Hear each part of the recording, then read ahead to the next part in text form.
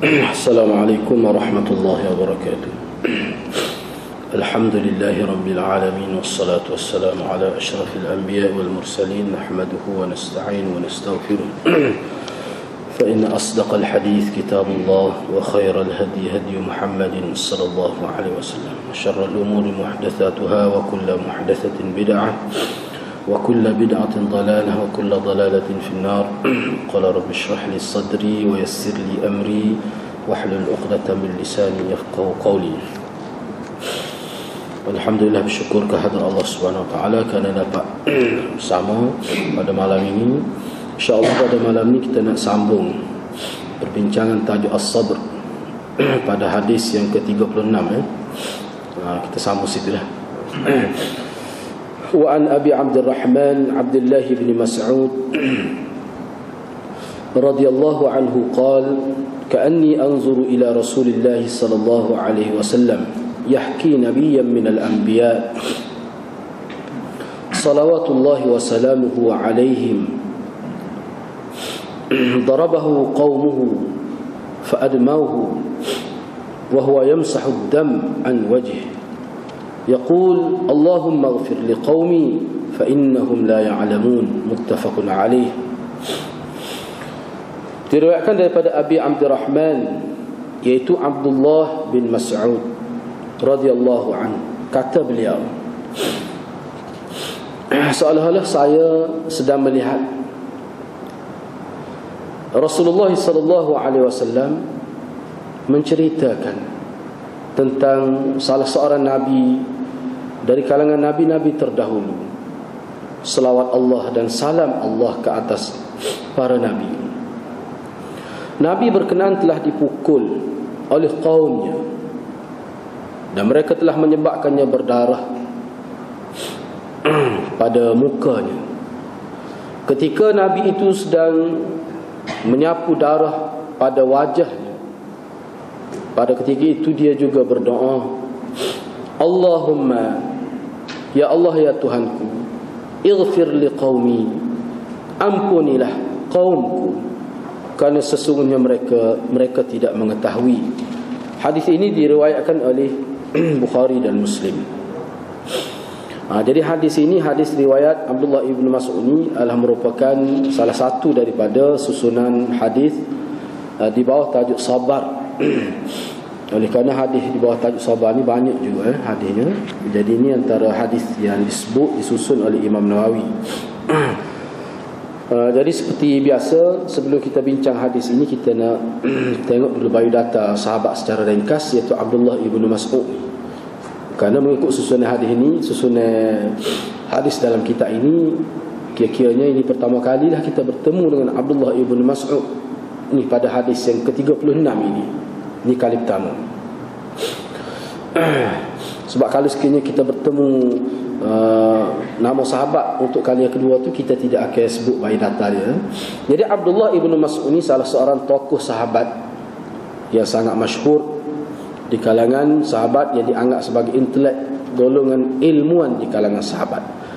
Jadi nama beliau yang sebenar adalah Abdullah bin Mas'ud bin Ghafil bin Habib bin Shamkh bin Fard bin Makhzum. Dia dikunyahkan dengan Abi Abdurrahman. Dia adalah sahabat, antara sahabat awal yang memeluk Islam, dan dia meriwayatkan banyak hadis. Sekitar 848 hadis. Abdullah ibn Mas'ud adalah antara sahabat yang awal-awal memeluk Islam.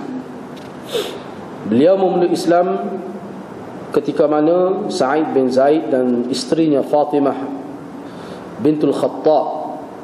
Jadi Sa'id bin Zaid ini adalah adik ipar Sayyidina Umar. Fatimah bintul Khattab itu adik Sayyidina Umar.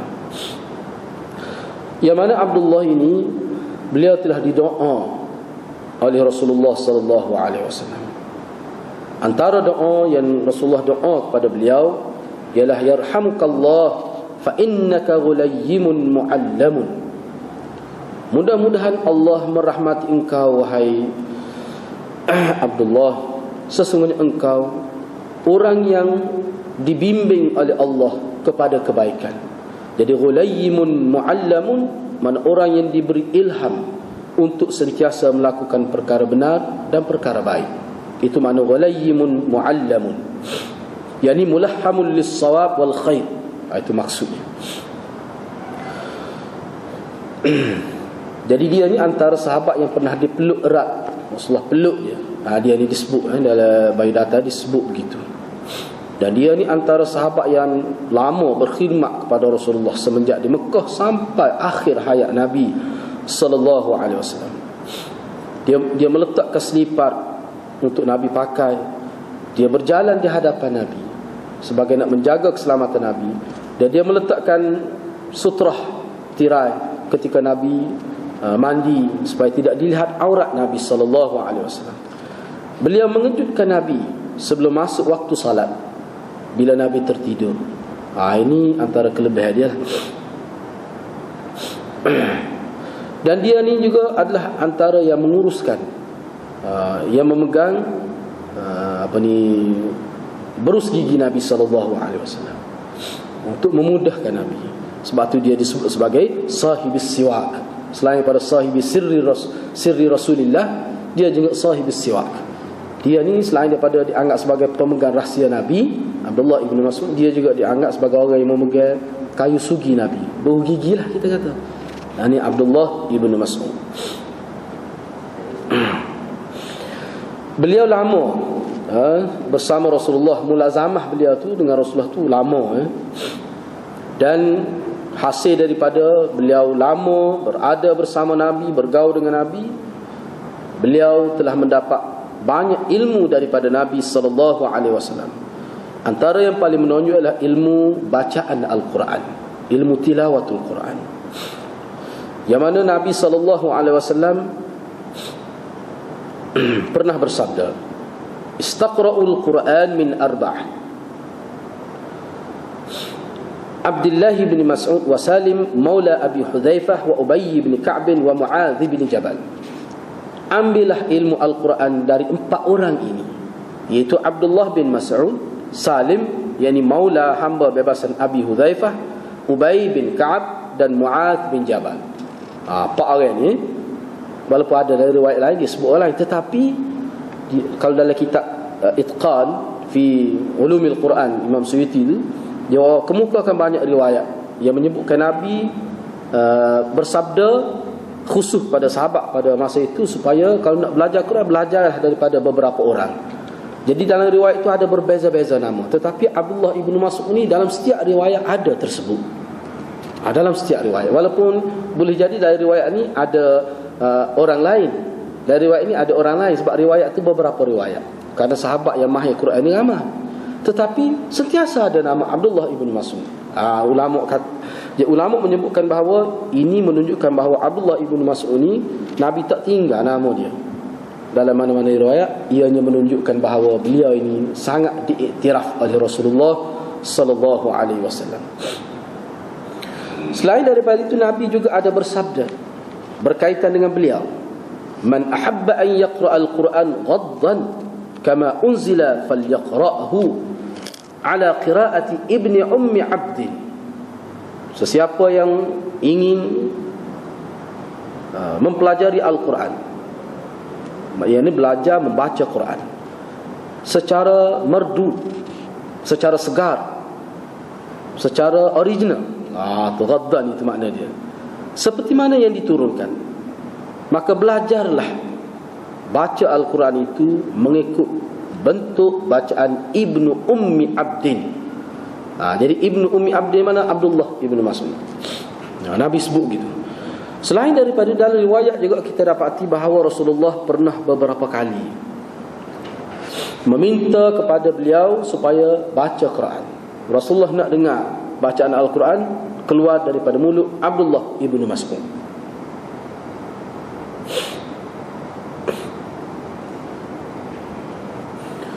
Misalnya dalam satu riwayat Rasulullah bersabda, "Iqra' alayya al-Quran." Qala qultu aqra'u 'alayk wa 'alayka unzila. Qala inni uhibbu an asma'ahu min ghairi. Pernah Rasulullah berkata kepada Abdullah ibn Mas'ud, "Bacalah Quran kepadaku, bacalah kepadaku Al-Quran. Kata Abdullah, saya bertanya Rasulullah, apakah saya baca untuk Tuhan, sedangkan Quran diturunkan kepada Tuhan? Lalu Nabi bersabda, sesungguhnya aku gemar untuk mendengar Al-Quran daripada orang lain. Dia bukan semua sahabat Nabi, ada beberapa orang sahabat lah, antaranya Abdullah ibn Mas'ud. Dalam riwayat lain, anda tengok dalam syarah, Nabi pernah menangis. Misalnya Abdullah ibn Mas'ud baca suratul Nisa, baca sikit lah, sebentar baca suratul Nisa, Rasulullah menangis. Menangis itu kerana kesan daripada bacaan Abdullah ibn Mas'ud itu. Beliau dianggap sebagai orang yang mula-mula membaca Al-Quran secara terang, secara nyaring di Mekah dengan didengari oleh kafir Quraisy selepas Rasulullah SAW. Rasulullah baca, dia baca. Orang lain baca secara sembunyi-sembunyi, dia baca secara jahar, secara terang-terangan. Abdullah ibn Mas'ud juga dicatatkan sebagai orang yang paling serupa dengan Rasulullah dari segi kelakuannya, bukan dari segi fizikal. Kalau fizikal tu Muaz bin Jabal disebut dalam riwayat. Ni dari sudut tindakan, perbuatan, kelakuan. Tu. Dan perkara ini diperakui oleh Abdurrahman bin Yazid, yang mana dia pernah menyebut, dia kata, kami tanya Huzaifah tentang seseorang yang paling hampirlah dengan Rasulullah dari segi perbuatan, tindakan, tingkah laku sama dengan Rasulullah, hampir sama dengan Rasulullah. Maka disebut oleh Huzaifah, dia kata Abdullah ibn Mas'ud lah. Kata Huzaifah, kalau nak ambil maklumat tentang Rasulullah dari sudut cara berjalan Rasulullah, cara bercakap yang berkaitan dengan kelakuan Rasulullah, maka tengok Abdullah ibn Mas'ud lah. Dia paling hampir. Dan beliau dianggap sebagai orang yang paling mahir membaca Al-Quran dan mahir tentang agama Allah Subhanahu Wa Taala. Jadi Abdullah ibn Mas'ud telah berhijrah dua kali. Ke Habasyah dan Madinah lah. Dan dia juga telah sembahyang menghadap dua kiblat juga, ke Palestin dan ke Baitullahil Haram ini.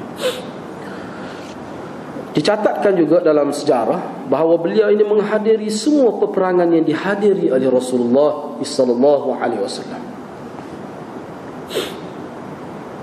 Dan selepas wafat Rasulullah, beliau masih lagi turun ke medan perang. Misalnya dalam peperangan Yarmuk di Syam, dia turut serta dalam peperangan Yarmuk. Di zaman Sayyidina Umar Al-Khattab, beliau telah mengutuskan Abdullah ibn Mas'ud untuk menjadi guru kepada penduduk Kufah. Jadi muballigh kerajaan Madinah pada waktu itu.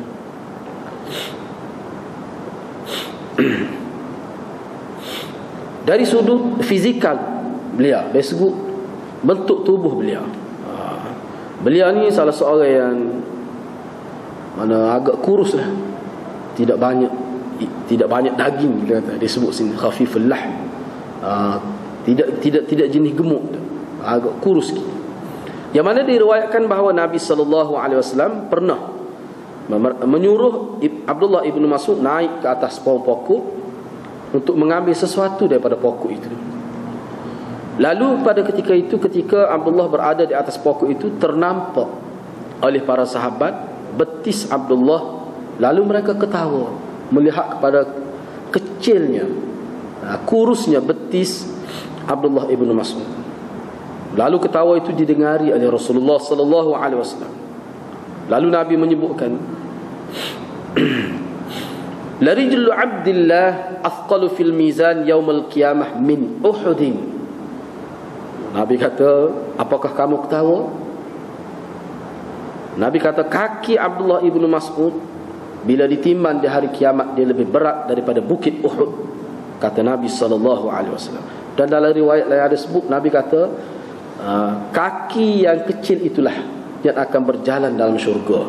Maknanya ini tabsyir daripada Nabi, berita gembira daripada Nabi bahawa Abdullah ibn Mas'ud adalah ahli syurga.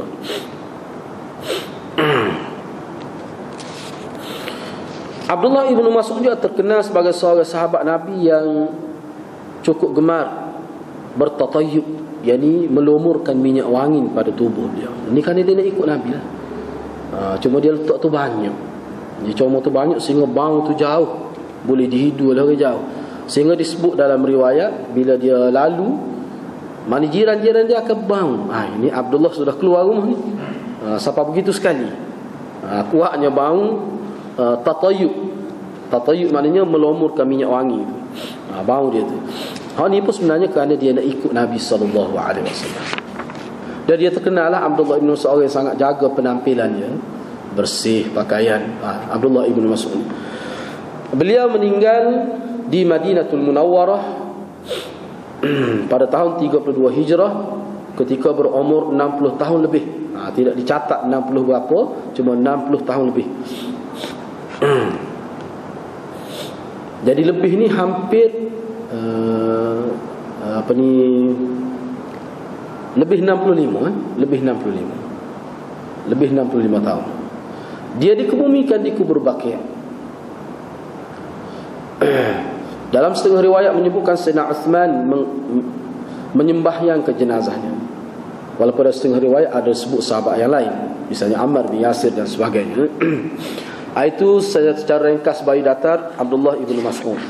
Dalam hadis ini kita akan cuba bincang hadis ini secara ringkas kerana perkara yang disebut ini kita sudah bincang banyak dah berkait dengan sabar ini. Dalam hadis ini Nabi SAW menceritakan mengikut apa yang diceritakan oleh Abdullah ibn Mas'ud. Dia kata seolah-olah aku nampak Nabi sedang menceritakan tentang kisah seorang Nabi dari kalangan Nabi-Nabi terdahulu. Jadi teks ka'anni anzuru dalam syarah hadis disebut kenyataan yang disebut oleh Abdullah ibn seolah-olah saya nampak. Ini sebuah bahasa kita lah. Sebab kita kata sebuah nampaknya dia duk kecek. Maknanya yakin. Apa yang dia sebut ni yakin. Ini bahasa yang menunjukkan yakin. Ka'anni anzuru saya nampak. Maknanya ini ingatan dia ni memang benar-benar ingatlah peristiwa ini. Bukan ingat sikit-sikit tidak. Tapi dia ingat betul ni masalah ni. Sehingga dia boleh sebut saya seolah-olah nampak. Sedangkan pada waktu itu Nabi sudah tiada. Seolah-olah bermain di ruang mata dia bahawa Nabi sedang menceritakan. Ini di segi teksnya, di segi syarahnya bahawa dia ni memang dia yakin tu apa yang dia sebut. Yang mana Nabi telah menceritakan tentang seorang Nabi yang telah berdakwah kepada kaum dia, tetapi dia telah tidak mendapat sambutan. Bahkan dia telah dipukul oleh kaum dia sehingga berdarah kepala dia. Jadi Nabi nak gambarkan betapa sabarnya Nabi ni. Betapa sabarnya Nabi ni. Ada dalam syarah Fathul Bari, Hafiz Ibn Hajar kata ini Nabi dari kalangan Bani Israel. Nabi dari kalangan Bani Israel. Jadi ketika dia menyapu muka dia daripada darah yang mengalir itu, ketika itulah dia berdoa, Allahumma ghfir li qaumi fa innahum la ya'lamun. Jadi dalam hadis ini ada beberapa perkara. Perkara yang pertama, Nabi SAW nak mengajar sahabat secara khususnya dan umumnya kepada kita lah umat kemudian ini, bahawa orang yang baik itu, ini pengajaran ini saya sebut istinbat lah, panduan yang kita boleh ambil. Pertama sekali pengajaran hadis ini, mana orang-orang yang dipilih oleh Allah, mereka sebenarnya diuji oleh Allah lebih berat daripada orang lain. Sebab Nabi ini dikira Mustafa, dia dipilih oleh Allah. Jadi orang yang dipilih oleh Allah menanggung ujian lebih berat daripada orang lain. Dan demikianlah yang berlaku pada sahabat-sahabat besar Nabi yang rapat dengan Nabi. Mereka lah yang paling banyak mendapat ujian dan paling banyak dibebankan dengan tugas-tugas agama oleh Rasulullah SAW. Itu kita nampak. Daripada sini dan setengah-setengah pensyarah-pensyarah hadis sebut, kita boleh ambil pengajaran daripada cerita ini, iaitu bagi seorang pemimpin Salah satu faktor kejayaan seorang pemimpin itu adalah orang yang berada di sekitarnya. Orang yang berada di sekitarnya. Faktor kejayaan Nabi SAW kerana ada Abu Bakar, kerana ada Umar bin Al-Khattab, kerana ada Uthman, kerana ada Sayyidina Ali, kerana ada sahabat-sahabat besar yang akhirnya menjadi pemimpin-pemimpin, menjadi guru-guru yang begitu amanah, yang menyebarkan agama ke seluruh pelosok dunia ni.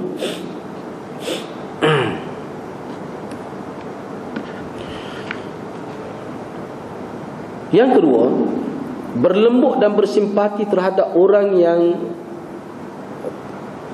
yang diajak untuk melakukan kebaikan. Mesti kita guna kaedah rifq dan syafaqah, lembut dan bersimpati. Lebih bersifat bersimpati, dia bersimpati. Daripada cerita ni kita nampak Nabi ni walaupun dia kena hentam teruk sampai berdarah muka, tapi dia simpati. Sebab apa? Sebab dia rasa kesian dan dia mengharapkan, dia mengharapkan supaya kalaulah mereka ini tidak boleh menerima, tapi dia mengharapkan zuriat yang akan lahir daripada kaum dia ini, generasi kemudian, harap-harap akan menerima Islam ini. Itu dah. Sebab itu dia tidak doa. Dia tidak doakan kemusnahan. Jadi ulama menyebutkan mesej yang Nabi nak sampaikan kepada kita, bahawa ciri orang yang mempunyai ketinggian jiwa seperti jiwa Nabi, jiwa sahabat Nabi misalnya, ini antara ciri dia. Dia lebih memikirkan kesan, dia lebih memikirkan jangka masa panjang. Itu maksudnya. Jadi antara ciri orang-orang yang mempunyai ketinggian, iaitu mendoakan kebaikan kepada orang yang jahil, yang menyakitinya. Ini contoh Nabi. Ini bukan Nabi ni saja, Nabi Muhammad SAW pun begitu juga. Jadi kalau kita nak supaya kita boleh nilai lah, apakah kita ni ada sifat tu. Mana kalau ada sifat tu, maknanya kita ni orang yang tinggi dalam agama. Ni hak Nabi ajar ni darjat dalam agama ni, bukan darjat pada pandangan manusia, tidak. Apa yang Nabi sebut ni sikap Nabi terdahulu, dan Nabi pun beginilah sikap. Nabi nak menyatakan kepada sahabat, beginilah ciri manusia yang tinggi nilai darjat di sisi Allah. Walaupun manusia tidak faham, walaupun manusia tidak menghargai kedudukan dia, tetapi pada pandangan agama, ini adalah orang yang mempunyai kedudukan yang sangat tinggi. Ini ciri wali Allah. Ada dalam setengah itu dia kata ni ciri wali Allah ini.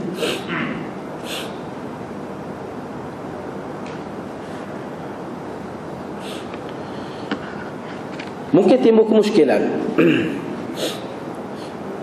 Sebab dalam surah An-Nuh, surah Nuh tu ada disebut Nabi Nuh berdoa. Nabi Nuh berdoa. Nampak macam bercanggah pula hadis ni dengan ayat Quran. Nabi Nuh berdoa ke? Wa qala Nuh Rabbi la tazar 'ala al-ardi minal kafirin dayyara. Ya Allah, ya Tuhan, janganlah engkau tinggalkan di atas muka bumi ini seorang pun dari kalangan orang-orang kafir. Maknanya doa kemusnahan. Bercanggah ni dengan Nabi ni, dengan hadis ni. Macam mana Nabi Nuh boleh doa supaya Allah musnahkan kaum dia? Dayyara mana langsung, dia tak ada, jangan tinggalkan walaupun seorang. Itu maksudnya. Kalau kita sebut Kelantan, biar mati semua. Bagaimana tu? Jadi ulama sebutlah, ulama jawab ni makna hak Nabi Nuh ni, dia sudah sampai ke peringkat yang dia fikir dengan sebab Nabi Nuh berdakwah ni bukan 50 tahun, 950 tahun. Dalam Quran sebut kurang 50 tahun, 1000. Maknanya 950 tahun. Dan mungkin Nabi Nuh telah diberi, dan memang jelas begitu pun, sudah dimaklumkan oleh Allah saat bila akan turun bala itu. Sebab tu Nabi Nuh buat perahu di tengah-tengah bahtera Nabi Nuh ni. Tu. Jadi Nabi Nuh tahu. Jadi kita tak boleh nampak, tidak boleh kata ini bercanggah dengan hadis Nabi. Macam mana ni? Sebab itulah ulama memperjelaskan bahawa yang disebutkan oleh Nabi tadi, bahawa ada Nabi itu tidak sanggup berdoa keburukan kepada masyarakat dia, itu peringkat. Kita kena faham peringkat dakwah itu. dia tidak sampai ke peringkat Nabi Nuh ni, tak sampai tahap tu lagi. Sebab Nabi Nuh sampai 950 tahun teruk, sehingga keluarga dia sendiri pun tak terima. Jadi Nabi tadi dia belum sampai ke tahap itu. Seperti Nabi, ketika Nabi berada di Taif, dalam cerita tu Nabi pun tidak berdoa kemusnahan kepada masyarakat Taif. Bahkan Nabi berdoa, Allahumma hdi qaumi fa innahum la. Nabi doa, ada disebut dalam hadis Nabi doa kebaikan kepada penduduk Taif, dan terbukti doa itu makbul. Sebab selepas daripada Nabi berhijrah ke Madinah, dan selepas daripada wafatnya Nabi, ramai dari kalangan pemuda-pemuda Taif, kalangan orang Taif tu yang menjadi pejuang Islam, yang membela Islam, tercatat nama dalam sejarah. Penduduk Taif menjadi pembesar-pembesar dalam pemerintah kerajaan Islam pada waktu itu. Bahkan Hajjaj tu daripada penduduk tu juga tu. Hajjaj bin Yusuf Al-Thaqafi tu, Thaqaf tu daripada penduduk Taif juga tu. Gitu kan. Yang seterusnya, gambaran yang Nabi sebut dalam hadis ni. Kenapa Nabi sebut ketika dia sapu darah di muka dia, yang mengalir di muka, sapu darah, ketika tu dia berdoa. Apa yang Nabi nak sampai kepada kita? Maknanya ini Nabi sebut tahap kesabaran yang sangat tinggi. Bukan kata berdoa bila sapu tu, bila klik rumah, rehat, cuti beberapa hari baru berdoa. Ketika itu dia berdoa. Ketika dia mula-mula kena pukul, terkeluar darah, dan ketika dia menyapu darah pada muka dia, pada wajah, ketika itu dia berdoa. Ini menunjukkan bahawa Nabi ni jiwa dia tidak terganggu dengan layanan buruk yang telah diberikan oleh masyarakat pada waktu itu. Ini kedudukan yang tinggi lah. Jiwa ni Nabi nak asuh sahabat dia. Asuh sahabat dia benda ni payah. Sebab tu kalau orang boleh kawal perasaan marah, mana boleh sabar ni, Allah cadangkan, Allah akan kurniakan kelebihan yang sangat besar. Innallaha ma'as sabirin. Mana kita, Allah berada, Allah sebut mana orang sabar ni akan bersama dia. Mana kita berada di pihak Allah Subhanahu wa taala. Ini satu kelebihan yang tidak ada tolak banding. Itu hadis yang kedua.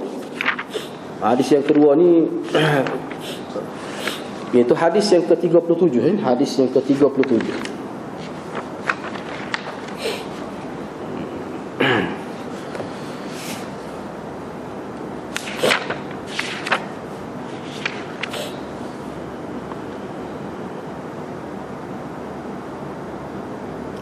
Ada juga setengah-setengah pensyarah hadis menyebutkan bahawa hadis yang ke-37 tadi boleh juga kita ambil satu istinbat lain, panduan lain, iaitu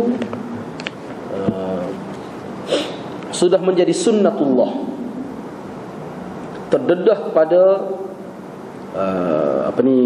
penganiayaan, kezaliman hingga tercabut nyawa, mati, diseksa, dikelar dan sebagainya, merupakan sunnatullah, sunnah Allah dalam perjuangan. Itu dia kena sedar. Jadi sunnah Allah itu dia melihat sejauh mana pengorbanan kita. Kalau kita pengorbanan kita besar, maka besarlah pancaroba ataupun kita kata ujian yang akan kita tempuh itu lebih besar. Dia bergantung pada. Sebab Nabi ni orang yang kuat, maka Allah uji dia lebih kuat lagi. Jadi ujian Allah kuat, tidak kuat, ringan, berat dan sebagainya, dia bergantung kepada keimanan seseorang. Walau bagaimanapun itu sudah dikira perkara yang mesti, sehingga ulama sebut itu sebagai sunnatullah. Tak mungkin pejuang Islam itu tidak diuji. Tak mungkin, mesti diuji. Okey, baik, seterusnya hadis yang ke-37. Wa an Abi Sa'id wa Abi Hurairah radhiyallahu anhuma 'anil Nabi sallallahu alaihi wasallam qala ma yusibul muslima min nasabin wala wasabin ولا هم ولا حزن ولا أذى ولا غم حتى الشوكة يشاكها إلا كفر الله بها من خطاياه متفق عليه. Diriwayatkan daripada Abi Sa'id dan Abi Hurairah radhiyallahu anhuma, mudah-mudahan Allah meridai mereka berdua. Yang diambil daripada Nabi sallallahu alaihi wasallam. Nabi telah bersabda, mana-mana orang Islam yang terkena atau ditimpa nasab. dan juga wasab, ham, hazan, azan dan gham, sehingga yang paling kecil tercucuk duri. Melainkan Allah menghapuskan dosa-dosanya, yakni dosa-dosa kecilnya. Mana setiap yang kena. Jadi di sini hadis ni sebenarnya kita jumpa dah ni perkataan-perkataan ni sebelum ini. Jadi Nabi nak sebut pada kita bahawa apa saja ujian yang Allah takdirkan, qada'kan kepada kita, sama ada berupa nasab. Ini sebenarnya dia ada huraian dia secara khusus lah. Nasab ini antara yang disebut oleh pensyarah hadisnya, cubaan Allah dalam bentuk letih. Boleh letih ni maksudnya letih kerana bekerja, letih kerana berfikir, letih kerana penyakit, atau apa sahaja yang menyebabkan jadi letih, jadi lesu, tidak bermaya dan sebagainya. Itu suatu ujian tu. Begitu juga wasab ini maknanya sakit yang berpanjangnya. Sakit sebab ada sakit yang bersifat sementara, mungkin 2 hari, 3 hari, seminggu. Ini sakit setengah tu 10 tahun. Setengah satu sakit sampai membawa kepada akhir hayat. Setengah tu dia tidak sakit, anak dia sakit sehingga dia berhenti daripada kerja kerana nak jaga anak, macam-macam lah. Tapi wasab itu dengan erti sakit lama, sakit yang berpanjangan. Ham dengan erti ini sifat pada qalb, iaitu sakit yang berkait dengan perasaan, berkait dengan qalb, dengan jiwa. Itu perkara yang menyusahkan, merisaukan, membimbangkan. Ini berkait dengan perkara yang sedang atau akan berlaku. Itu ham. Mana duk bimbang kepada benda yang tak berlaku lagi, tapi boleh jadi sedang berlaku, boleh jadi akan berlaku. Dia panggil ham dalam bahasa Arab. Bahasa Arab ni dia kalimah dia tu dia ada makna begitu. Dan hazan. Ni kena penyakit. Sebab tu ada doa Nabi kan, supaya Allah SWT hindarkan kita daripada kena hammin wa hazanin. Sebab ni berat ni. Tak apalah, kita terjemah dulu. Begitu juga mana-mana orang yang terkena hazan, duka cita. Terjemah biasanya maknanya duka cita. Hazan, duka cita. Duka cita. Tapi maksud dia satu bentuk kesedihan, hasil daripada sentiasa memikirkan perkara yang telah berlaku. Sedih, perkara yang telah berlaku tu mana perkara makruh, perkara yang tidak disukai, perkara yang menyakitkan. Tapi benda tu telah berlaku, tapi duk ingat 20 tahun ingat lagi. Itu satu bala tu, satu ujian itu. Dia boleh terganggu kerja, boleh terganggu pemikiran manusia. Sepatutnya dia boleh berfikir dengan sebebas-bebasnya, tetapi bila benda ni mengganggu dia, itu satu perkara yang perlu pada sokongan orang lain pula nak rawat itu. Dan terkena azan. Azan ni lebih umum lagi. Apa saja yang menyakitkan azan ini. Kadang-kadang setengah syarah hadis disebut begini, ini saya terjemah dalam beberapa syarah hadis. Al-azan ni maknanya setiap perkara yang tidak disukai oleh seseorang, dia panggil al-adhan. Kalau kita tidak suka, ini umum lagi. Apa saja yang kita tidak suka, banyak yang kita tidak suka. Sesuatu yang kita tidak suka ni bukan bermakna orang lain tidak suka. Kita tidak suka, ini masalah. Benda tu berlaku di hadapan kita, orang lain suka, kita tak suka. Masalah besar ni. Kalau dalam sebuah rumah, kalau penghuni rumah 10 orang, 9 suka pada benda tu, kita tak suka, masalah. Ini pun juga adalah satu benda ujian Allah Subhanahu Wa Taala. Ni berat ni. Wala gham. Gham ni maknanya, gham ni juga adalah satu bentuk kesedihan. Iaitu kesan dari kesedihan yang melampau, yang boleh menyebabkan jadi merubah jiwa seseorang. Gham ni maknanya kesedihan yang menyebabkan boleh jadi gila, boleh jadi histeria, boleh jadi merayan, kita kata kalau perempuan. Ini kesedihan ni, gham. Malu kesedihan yang peringkat melampau, tinggi, kesedihan yang bersangatan. Ini bentuk-bentuk perkataan yang menggambarkan gangguan jiwa manusia. Sehingga Nabi kata yang paling ringan itu tercucuk duri, tercucuk jarum dan sebagainya. Semua itu berlaku kalau sabar. Walaupun dalam hadis ni tak sebut sabarnya, tapi benda tu dia asalnya nampak tidak molek, tidak baik. Tapi kalau dengan sebab sabar, ada kesabaran, maka dia jadi ada kebaikan. Iaitu hasil daripada sabar menghadapi ujian ini, mihnah ini, Allah akan menghapuskan dosa-dosa kecil. Jumhur ulama menyebutkan bahawa kisah begini hadis-hadis seumpama, kerana hadis seumpama ini banyak hadis jenis biasa menghapus dosa ni, banyak hadis. Puasa hari Arafah misalnya, berjalan mari ke masjid, banyak jenis biasa mukaffirati dzunub ini. Jumhur ulama kata ini adalah merupakan dosa-dosa kecil. Jadi ulama bukan sekadar sebut begitu. Untuk dapat kelebihan hadis ni, dia kena ada disiplin dia. Apa disiplin dia? Pertama sekali sabar, yang kedua jangan buat dosa besar. Dalam tempoh, misal sebagai contoh, antara sembahyang Isyak pukul 8 lebih Isyak, pukul 8 Isyak, pukul 8 kita sembahyang Isyak, sembahyang fardu, sampai kepada waktu subuh. Untuk kita dapat kelebihan waktu. Ini besar agama, dapat kelebihan waktu. Mana kalau kita tidak melakukan dosa-dosa besar, kita sembahyang Isyak berjemaah di masjid, dan kita akan pergi pula sembahyang subuh ke masjid, waktu itu kalau kita tidak buat dosa besar, waktu antara Allah akan menghapuskan dosa-dosa kecil kita.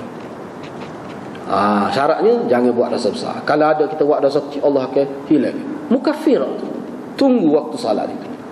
Ada niatlah nak pergi sembahyang subuh, nekat nak pergi sembahyang subuh, ada disebut juga begitu dalam riwayat, tapi dengan syarat wujud tunibati al-kabair, maknanya dijauhi dosa-dosa besar.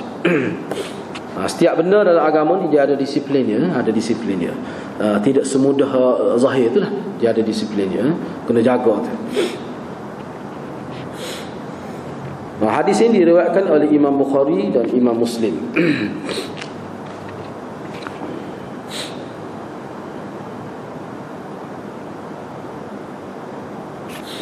Jadi dalam hadis ini Nabi SAW jelaslah disebut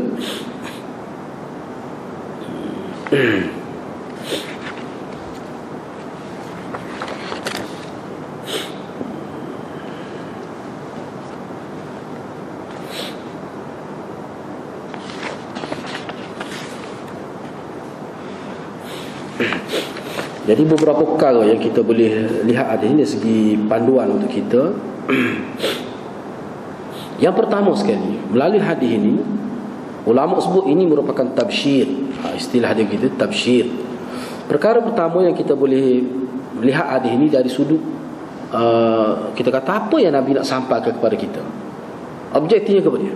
Pertama sekali at-tabsyir, iaitu berita gembira untuk orang Islam. Kerana apa? Kerana segala kesusahan yang dialami oleh mereka akan menjadi penghapus dosa, dengan syarat mereka sabar. Dengan syarat sabar. Seperti yang kita maklum bahawa setiap manusia itu akan ada cubaan. Sama ada kehilangan harta, kecurian, kebakaran, kematian anak dan sebagainya, sakit gigi, sakit apa saja penyakit yang kita hadapi akan ada. Sama ada dia itu orang Islam ataupun dia itu orang tidak Islam, tetap ada. Tetapi berita gembira kepada orang Islam secara khusus, semua penyakit-penyakit itu yang Allah SWT uji dia, kalau dia sabar, maka perkara itu menjadi kebaikan kepada dia sebagai mukaffiratiz dzunub. Kerana manusia ni banyak buat dosa. Yang kedua, jadi berkaitan dengan hadis umpama ini, ulama menyebutkan dasar pada hadis-hadis lain. Jadi syarat untuk dapat kelebihan adalah hadis-hadis seumpama ini. Syarat untuk dapat kelebihan ni, misalnya kita kata sembahyang fardu ke sembahyang fardu yang lain, Jumaat ke Jumaat yang kehadapan, merupakan min mukaffiratiz dzunub. Nak dapat kelebihan-kelebihan tu, dia mesti ada syarat dia. Apa dia syarat dia? Kena sabar. Sabar, lepas tu dia tidak melakukan dosa-dosa besar. Mengelakkan diri daripada melakukan dosa-dosa besar, baru dia dapat. Kena jaga. Yang ketiga, hadis ini disebut juga oleh ulama sebagai tasliyah atau tasriyah. Tasliyah atau tasriyah. Tasliyah ni maknanya untuk menghiburkan, menenangkan jiwa umat Islam dan mengembirakan umat Islam. Jadi perkara ni, kalau bagi orang susah nak cuba kita fikir ni, sebab dia kitab ni dia macam kitab tasawuf sikit ni. Tapi saya tengok dalam beberapa rujukan lain, dia kata hadis-hadis umpama ini, contohnya apa? Kenapa sahabat Nabi walaupun kain terpaksa berkongsi dengan isteri, susah makan tak cukup, tetapi hatinya senang? Kerana hadis-hadis umpama ini. Mana kesusahan itu, dia faham kesusahan itu sebenarnya sengaja Allah buat. Allah nak uji dia, dia faham tu. Yang mana kalau dia sabar, dia akan dapat sesuatu yang kita sebut sebagai nikmat di hari akhirat, yang mana nikmat itu kekal sampai bila-bila. Sakit atas dunia ni dia ada tempoh dia. Sama ada tempoh tu boleh jadi sembuh sebelum kita mati, ataupun yang paling tidak berakhir dengan mati. Mana dia ada tempoh tamat sakit tu dia ada. Tu. Tapi kalau kita sabar tu boleh, tu kita akan dapat nikmat yang tidak ada kesudahan. Tu. Jadi hak tu perkara sedemikian, pemahaman sedemikian yang meresap di jiwa sahabat tu, dia menghibur ke sahabat walaupun susah, sehingga orang kafir tak faham. Kenapa kamu sanggup ikut Muhammad ni sedangkan kamu susah? Tu. Jadi bagi pejuang Islam ini merupakan satu motivasi, vitamin kita kata, menyegarkan pejuang-pejuang Islam walaupun tak ada duit pun. Tapi akal dia sentiasa berfikir bagaimana nak menggerakkan perjuangan ni. Kenapa? Kerana ini antara hadis-hadis yang menjadi pendorong kepada para sahabat radhiyallahu anhum. Yang keempat, jumhur ulama mengkhususkan penghapusan dosa-dosa kecil. Penghapusan yang dimaksudkan adalah hadis-hadis umpama ini adalah penghapusan terhadap dosa-dosa kecil. Jadi jumhur ulama berpendapat demikian adalah berlandaskan kepada sebuah hadis Nabi sallallahu alaihi wasallam. Misalnya as-salawatul khams, ini hadis, wal jum'atu ilal jum'ati wa ramadan ila ramadan kaffaratul lima bainahun majtunibatil kaba'ir. Sembahyang 5 waktu, sembahyang fardu, daripada setiap waktu itu, Jumaat ke Jumaat hadapan, Ramadan ke Ramadan tahun hadapan, adalah merupakan amalan-amalan yang mampu menghapuskan dosa-dosa di antara dia, selama mana dijauhi dosa-dosa besar. Jadi kalau tidak buat dosa besar memang gitu, ataupun kalau buat bertaubat, mana jaga, tapi kalau tak buat langsung, tu lagi banyak. Jadi peluang ni ada sama, sebab daripada semaya fardu boleh jadi kita kata daripada zuhur ke asar kita ada buat dosa besar, mengumpat ataupun apa saja. Jadi tak ada lah kelebihan waktu. Aku nak tunggu antara asar dengan maghrib pula, gitu. Jadi kuku mana menyedari benda ni, menyedari hakikat ni, memahami hal ni, dia menjadi pagar maya pada masing-masing akan jadi ingat, Allah buat dosa rugi adalah antara waktu maghrib hingga isya. Tu yang nak disuntik oleh Nabi sallallahu alaihi wasallam. Sebab itulah ajar agama ni sebenarnya dia berjaya, sebab dia tumpu pada hati manusia, dia tumpu pada pemikiran manusia. Jadi kalau manusia berfikir lagi, bahkan ulama sebut, kalau kita tengok dalam tu, baca doa, tengok cermin tu, kesan dia tu sangat besar untuk akhlak manusia. Bila kita tengok cermin, ma ahsana khalqi, ataupun sangat Allahumma ma ahsana khalqi fahassin khuluqi. Tengok setiap kali tak tengok cermin kita berapa kali sehari. Baca dengan faham, dengan makna. Baca tu dengan makna, faham? Dia akan meruntun jiwa kita, mendidik, mengasuh, tamarrun. Dia melatih jiwa supaya jaga akhlak itu. Itu cara agama.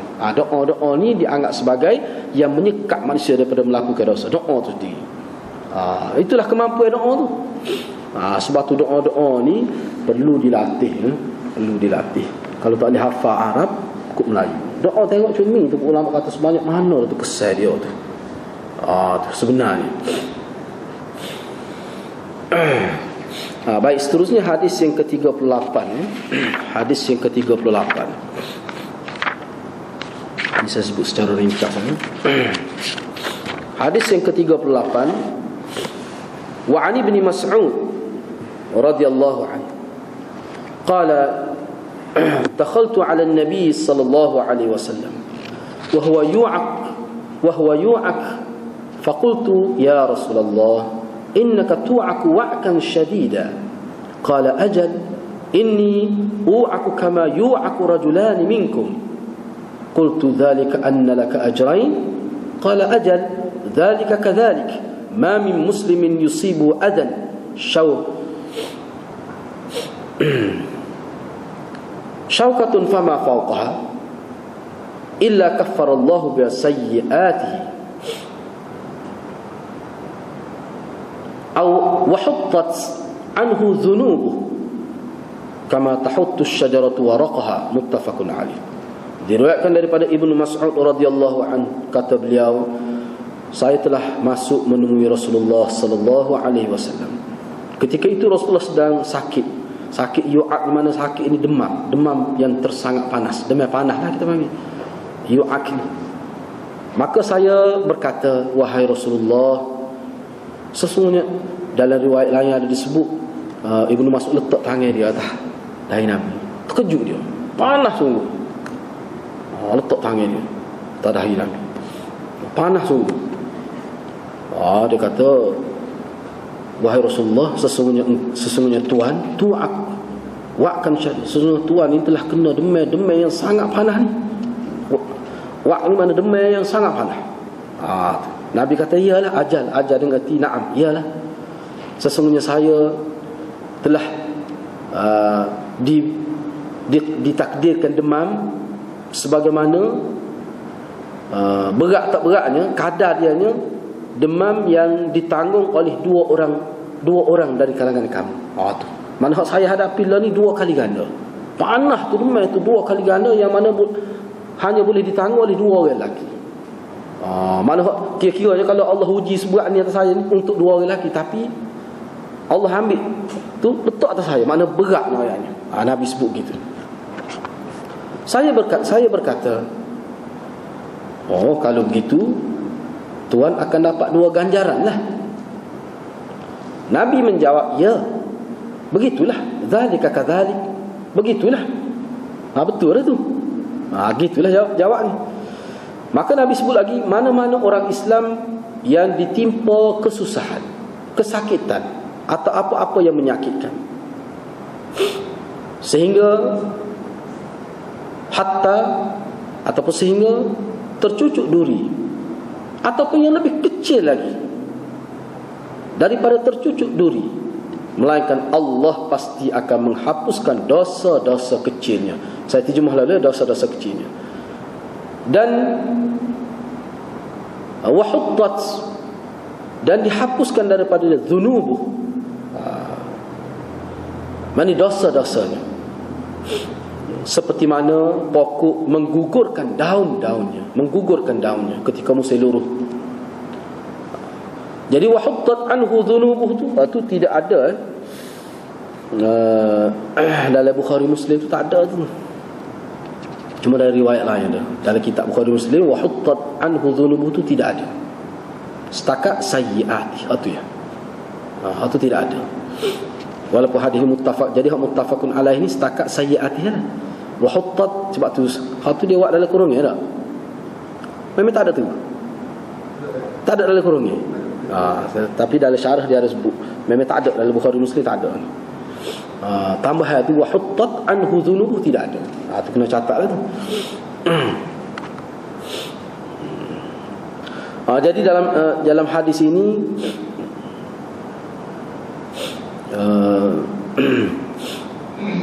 Abdullah ibn Mas'ud sebut berkenaan dengan pengalaman dia sendiri berhadapan dengan Nabi ketika Nabi SAW sakit, demam yang teruk lah.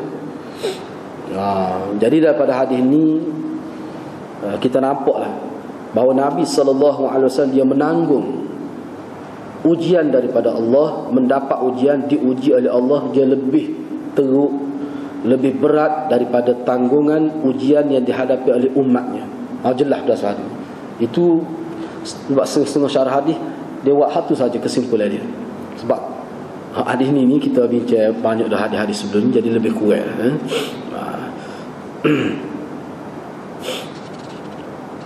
Okay, seterusnya kita ambil hadis yang seterusnya.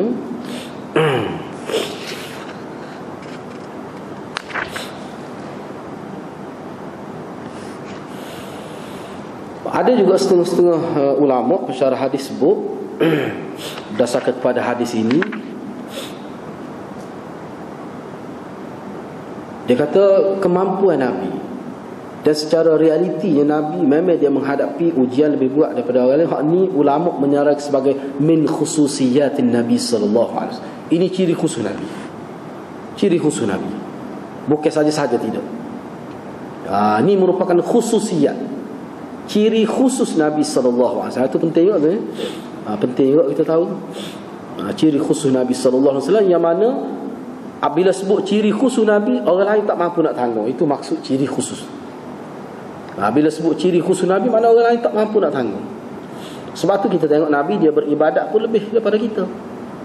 Kalau kita sembahyang fardu 5 waktu, dia 6. Sembahyang tahajud itu wajib pada Nabi SAW. Lepas tu istimba' seperti dalam hadis yang sebelum ini, iaitu al-masaib mukaffirat lidhunub. Setiap pancaroba, setiap ujian yang dikenakan kepada seseorang itu, sekiranya ia sabar menghadapinya, maka perkara itu menjadi penghapus dosa. Itu boleh juga diistimba' daripada hadis ini.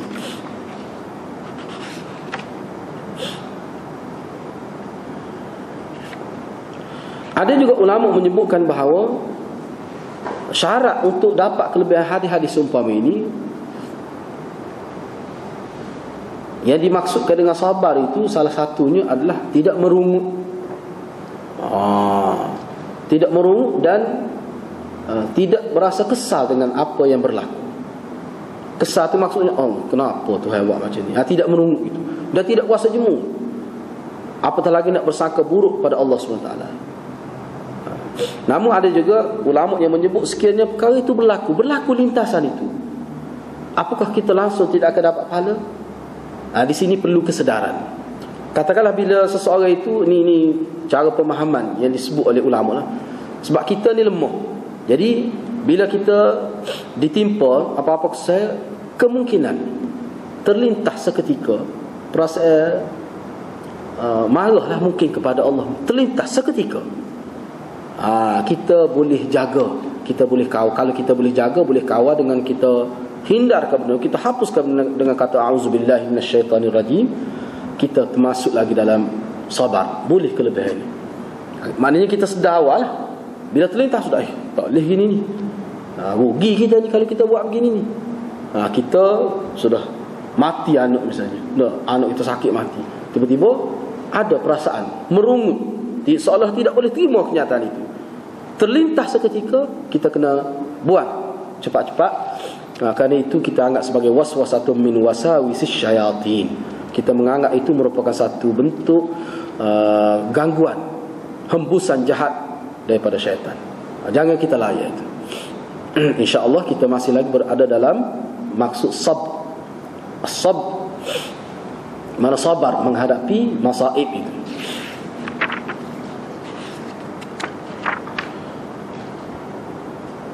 Hadis yang terakhir, iaitu hadis kita baca 4 hadis saja pada malam ini, iaitu hadis yang ke-39. Hadis ini ringkas. Wa an Abi Hurairah radhiyallahu an qala Rasulullah sallallahu alaihi wasallam, man yuridillahu bi khaira yusib min, rawahu Bukhari. Dalam ada juga boleh juga dibaca yusab, boleh juga. Dia boleh baca dua ni. Man yuridillahu bi khairan yusab atau yusib minhu, rawahu Bukhari. Diriwayatkan daripada Abi Hurairah radhiyallahu anhu, kata beliau, Rasulullah sallallahu alaihi wasallam telah bersabda, sesiapa yang Allah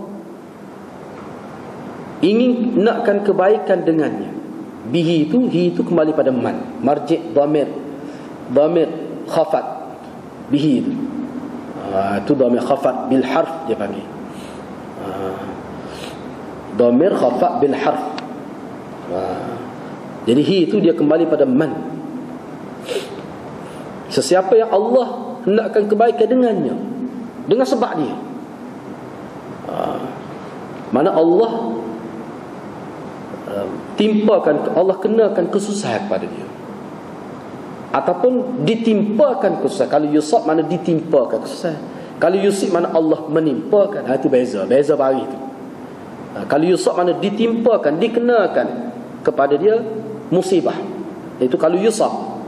Kalau kita baca yusib, maknanya Allah asaba yusibu, yusib. Bapa jadi tak ada yusibu, asal tak ada ia tu apa? Sebab dia jawab syarat, dia kena majzum. Supaya orang ngaji Arab lah, majzum dia tu. Sebab tu alamat jazal dia buat huruf ilat. Oleh kerana dia ni fa'il ajwaf. Fa'il apa ni? Huruf ilat yang berada di tengah tu lah. Jadi yusib asalnya yusibu. Jadi alamat jazam situ dia lah hazah huruf ilat. Jadi yusib. Minhu. Gitu ya.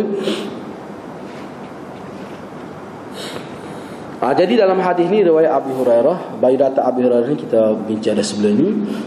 Beliau sebut sabda Nabi sallallahu alaihi wasallam. Jadi Rasulullah kata, seseorang yang Allah nak kebaikan kepada dia, Allah akan kenakan. Mana ujian yang Allah kenakan kepada kita ni bukan tanda Allah benci kepada kita. Tidak. Bahkan tanda Allah nak kebaikan kepada kita.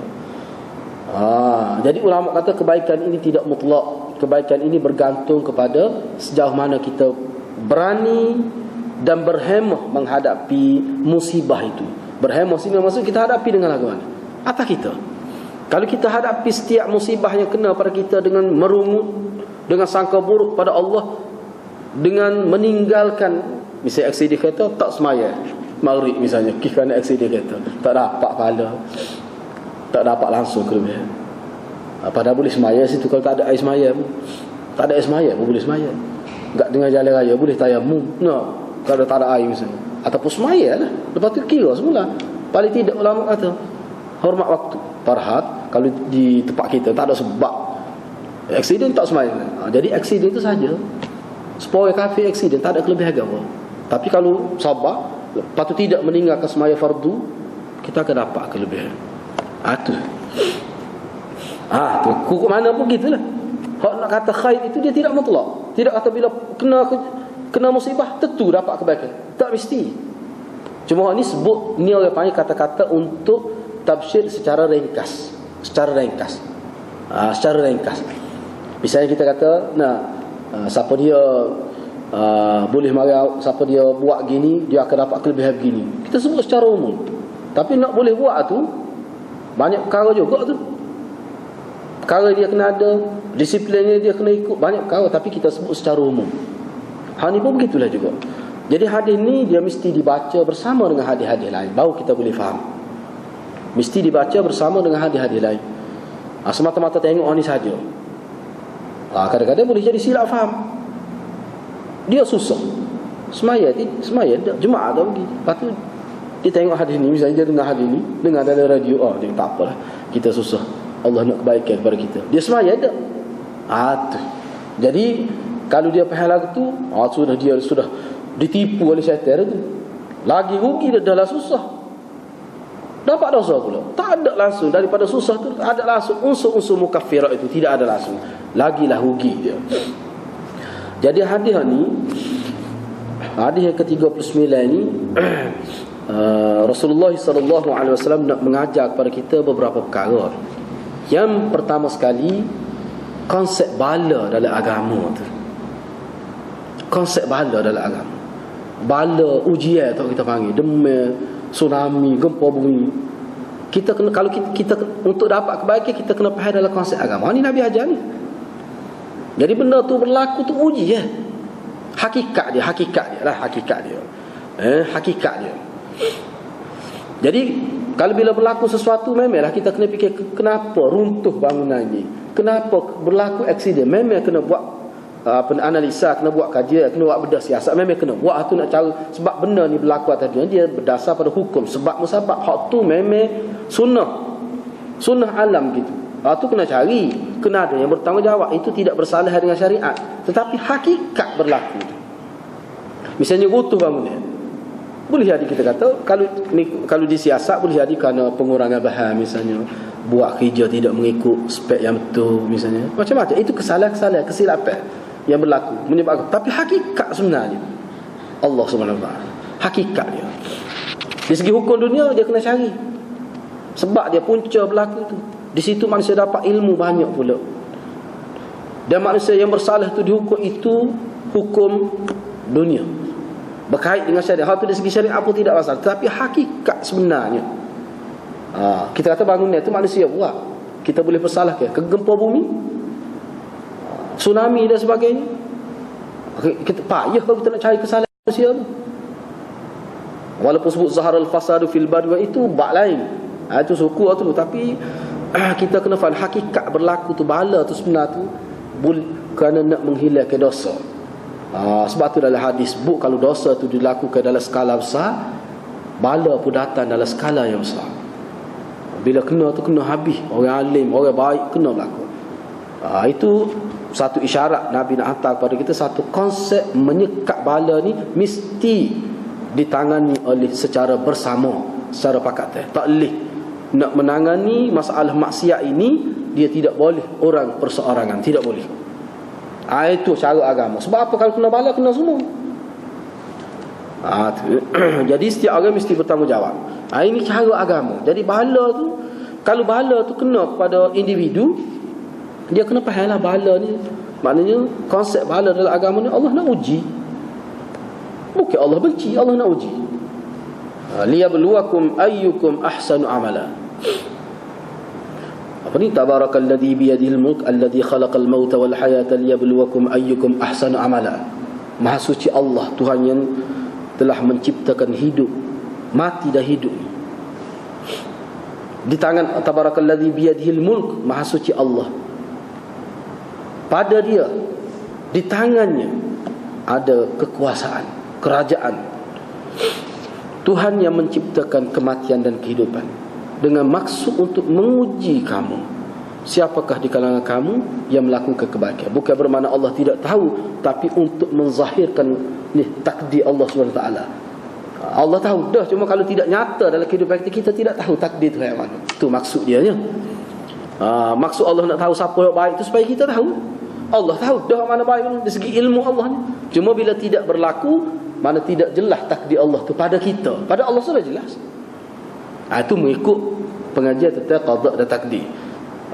Tu berlakunya takdir Allah SWT tu, khilaf lah mana dulu qada tu, khilaf lah dalam perbahasannya, dengan tujuan untuk merealisasikan apa yang Allah SWT telah tentukan supaya nampak pada pandangan manusia.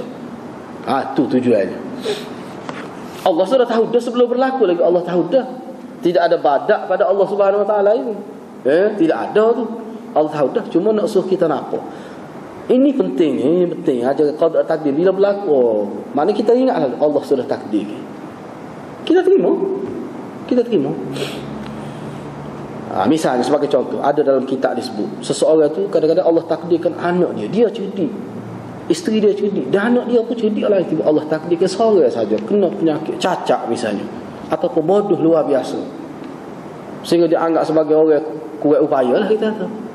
Cuba fikir, 10 orang anak, seorang Allah tak, seorang aja Allah takdirkan cacat. Ni Allah nak uji, memang nak uji. Kalau nak kira kat dia cerdik, isteri dia cerdik, keluarga dia pun cerdik, tapi Allah takdirkan begitu. Tak pernah keluarga dia cacat, tiba-tiba cacat seorang, terpaksa berhenti kerja.